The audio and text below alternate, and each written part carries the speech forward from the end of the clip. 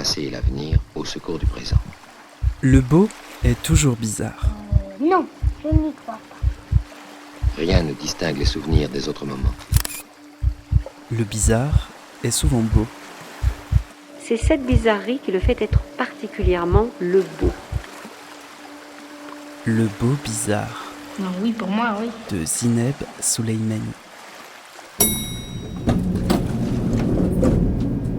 Et j'accueille pour la dernière conversation de ce matin Lola Arias. Bonjour. Ok. Donc Lola Arias me disait qu'elle comprend mon français et que Pascal travaillera à la traduction de sa réponse. Donc vous présentez votre pièce Los Días Afuera. Moi, d'ici la fin du festival, je vais devenir bilingue espagnol, mais pas encore tout à fait ça. Los Días Afuera à l'Opéra du Grand Avignon du 4 au 10 juillet à 18h. Un projet en diptyque avec votre film Reas, qui sera lui projeté le 8 juillet à 11h au cinéma Utopia.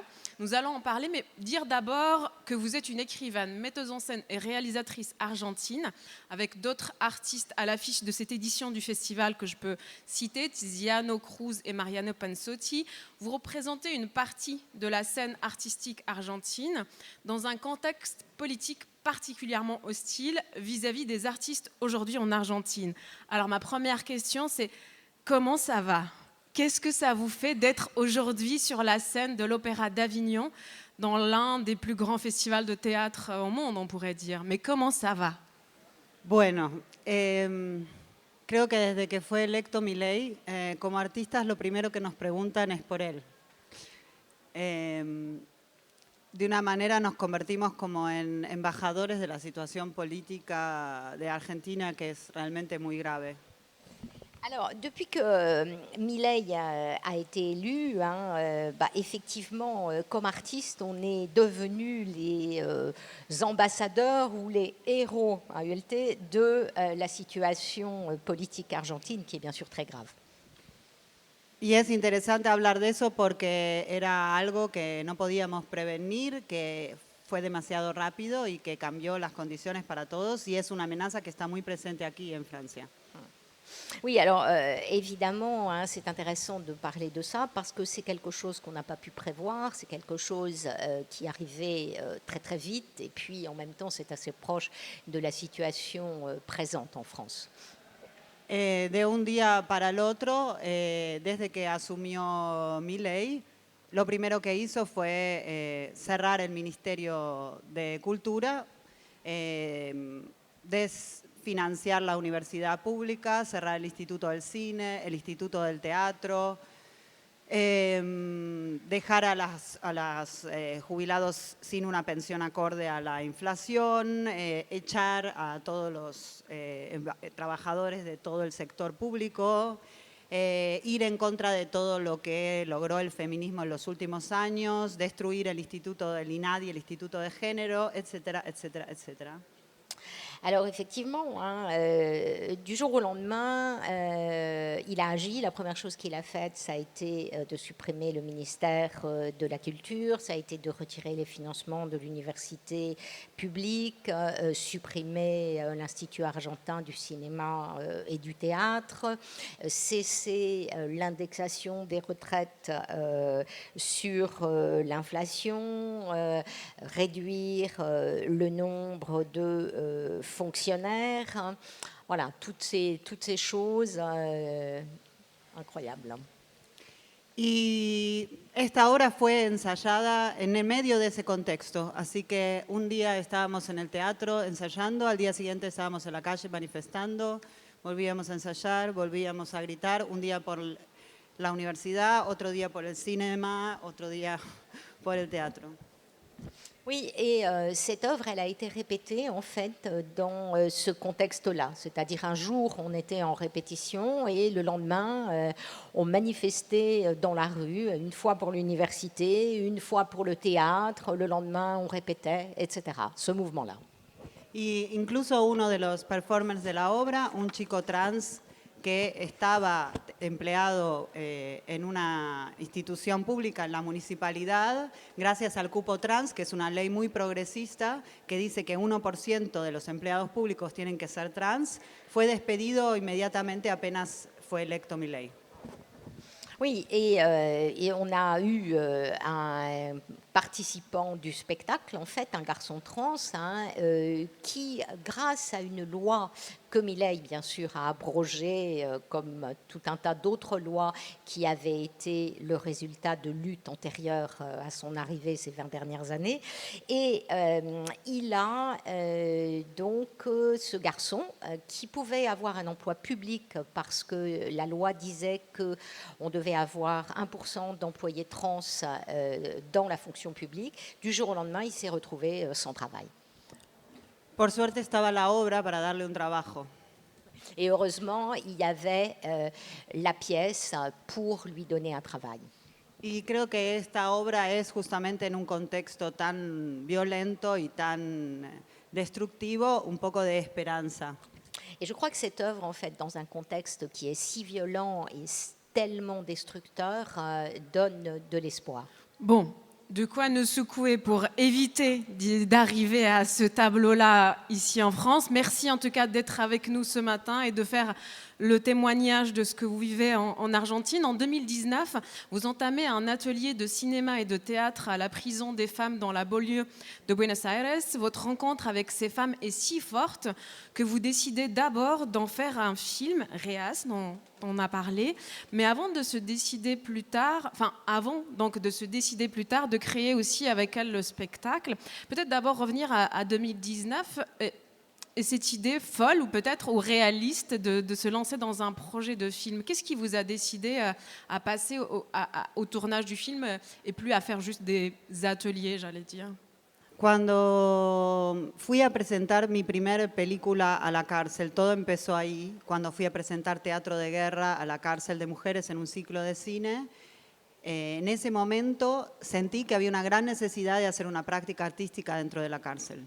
Alors tout démarre en fait quand je vais présenter mon film Teatro de Guerra, théâtre de guerre, dans cette prison de femmes à Buenos Aires. Et là, je sens qu'il y a un véritable besoin de faire des ateliers dans cette prison.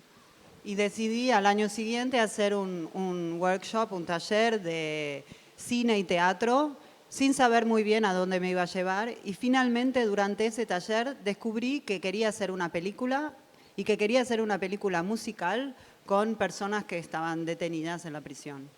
Et donc, dès l'année suivante, en fait, j'ai initié cet atelier entre cinéma et théâtre, sans savoir bien ce qui allait en résulter, ni où je voulais aller.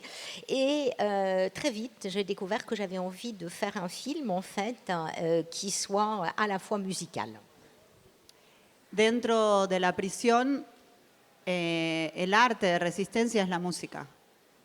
Adentro de la prisión se escucha música, se hace música, se canta y se baila, en el medio de la violencia y el desastre. Oui, en fait, dans la prison, l'art de la résistance, c'est la musique, en fait. Les gens écoutent de la musique, les gens jouent de la musique, ils chantent et ils dansent. C'est leur forme de résistance dans la prison. Y por eso la película fue musical y de hecho 2 personas que están en la película y en la obra tenían una banda juntas que se llamaba Sin Control y eso se convirtió en el núcleo de un trabajo que luego se estrenó, digamos, se filmó en el 2022 y 2023 y se estrenó en el Festival Berlinale de Berlín este año. Oui, et au sein de la prison, en fait, il y avait 2 détenus qui avaient un groupe de musique qui s'appelait Sin Control, sans contrôle. C'est devenu, en fait, le noyau du travail en 2022 et 2023, jusqu'à ce que finalement le film existe et qu'il soit este año, no, presenta, et qu'il soit présenté donc en février 2024 au Festival de cinéma de Berlin qui s'appelle la Berlinale. Pero mientras filmábamos la película, ellas dijeron, ¿y qué va a haber después? ¿Qué vamos a hacer después? Ahora que hemos descubierto el arte, ¿qué va a pasar después? ¿Hacemos Reas 2? hagamos una obra de teatro.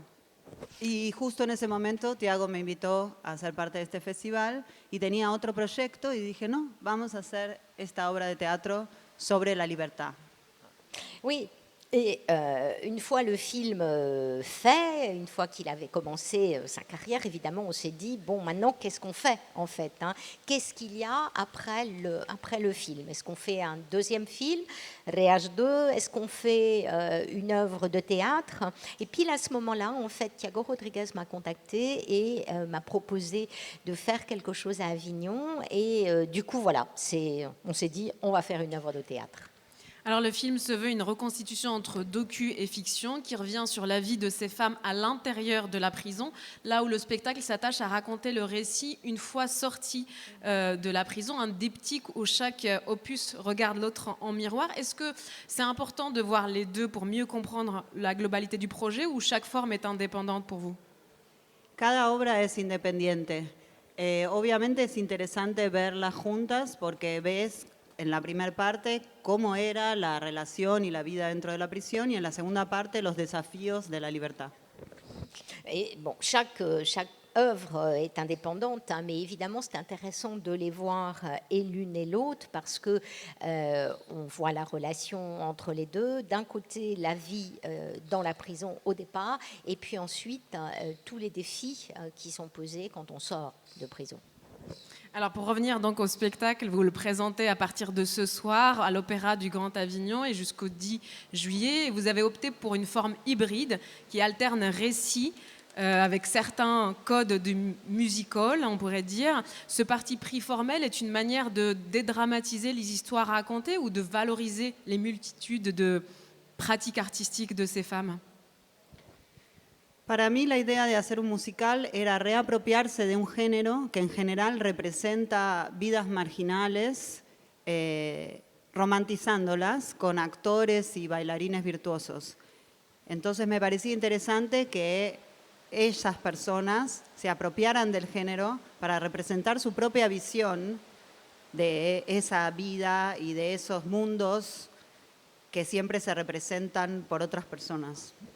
Oui, l'idée d'une comédie musicale, en fait, c'était offrir à mes acteurs la possibilité de se réapproprier un genre où, généralement, lorsque c'est un sujet du même type qui est traité, ce sont bien sûr des acteurs qui jouent les rôles. Il y a bien sûr une espèce de vision romantique de la chose. Donc ça me paraissait très très intéressant d'offrir à des personnes qui avaient réellement connu ces moments-là la possibilité de se réapproprier leur histoire en jouant vraiment les rôles. Y por supuesto que también el musical abre un espacio para el goce, para la belleza, para escapar un poco de la brutalidad y de la violencia de las experiencias que están contando. Oui, et bien évidemment, la forme de la comédie musicale permet d'insister sur le plaisir, la beauté. C'est quelque chose qui permet de s'échapper un peu de la brutalité et de la violence des situations qui sont racontées. Cuando la gente piensa voy a ver una película o una obra sobre la cárcel, siempre va con miedo de encontrarse algo que va a ser muy doloroso y muy oscuro. Y en realidad tanto la película como la obra son muy luminosas. Y para mí eso era importante, que ni la película ni la obra reprodujeran la estigmatización que ellas ya vivieron en cada momento de su vida. Oui, c'est vrai que quand les gens, par exemple, vont voir un film sur la prison ou une œuvre sur la prison, ils ont toujours peur d'être confrontés à des choses qui sont dures, tristes, douloureuses. Et là, vraiment, c'était pour moi extrêmement important que, c'est le cas, le film et le spectacle soient très joyeux et très lumineux, en fait, de manière à échapper à la stigmatisation que les personnes qui jouent dans le film, cette stigmatisation à laquelle ils sont confrontés constamment. Justement, on y prend goût à cette joie qui est vraiment très très débordante dans le spectacle. En tout cas, je l'ai vu hier. Mais contrairement au film, vous avez opté dans la pièce pour un théâtre narratif, qui est une tendance forte, en tout cas dans beaucoup des pièces à l'affiche du festival. Mais quel pouvoir permet ou donne le récit de soi pour des vies qui ont souvent été empêchées? Est-ce que ça participe à la réparation et à la reconstruction de ces femmes, ou c'est pas un thème qui vous intéresse? Esta obra no es solamente una obra de teatro, es un proyecto de reinserción social, porque estas personas salieron hace 2, 3 años de la cárcel y no tenían trabajo, viven en condiciones de vulnerabilidad total, tienen problemas de adicciones, problemas familiares. La obra no es solo la película y la obra estamos trabajando hace 5 años con trabajadores sociales, psiquiatras, un abogado, Félix Hello, que está por ahí, que nos ayuda con todas las cuestiones legales, políticos, militantes, productoras, 5 productoras, para que sus vidas se transformen de una manera en la cual puedan tener lo mínimo que todos tenemos, pero que ellas no. Un trabajo fijo, seguro médico, papeles, una vivienda, atención médica, etcétera, etcétera. Esa es también la obra. Oui, alors l'œuvre n'est pas seulement l'œuvre, c'est aussi, c'est pas seulement du théâtre, c'est aussi un projet de réinsertion sociale qu'on mène depuis 2-3 ans. Lorsque ces gens sont sortis de prison, évidemment, ils n'avaient pas de travail, ils vivaient dans des conditions extrêmement difficiles, ils avaient des problèmes d'addiction, ils avaient des problèmes de famille, et donc depuis 5 ans, on collabore avec beaucoup de personnes, des travailleurs sociaux, avec des psychologues, avec un avocat qui nous aide beaucoup, qui est là dans la salle, Félix, bonjour, qui nous aide beaucoup avec les questions légales.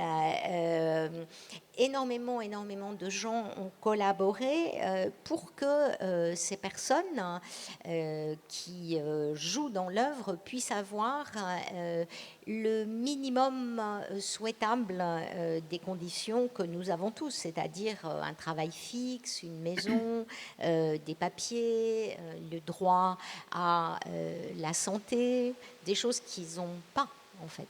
Los Días Afuera est présenté à l'Opéra du Grand Avignon du 4 au 10 juillet à 18h. Votre film Réas sera lui projeté le 8 juillet à 11h au cinéma Utopia. Merci beaucoup Lola Arias. Et merci à vous d'être aussi fidèle à ce rendez-vous.